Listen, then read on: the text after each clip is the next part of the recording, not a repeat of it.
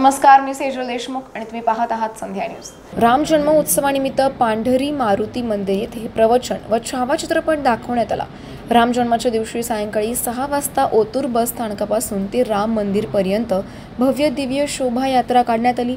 या बातमीचा आढावा घेतलाय आमचे प्रतिनिधी नयन डोंबरे यांनी।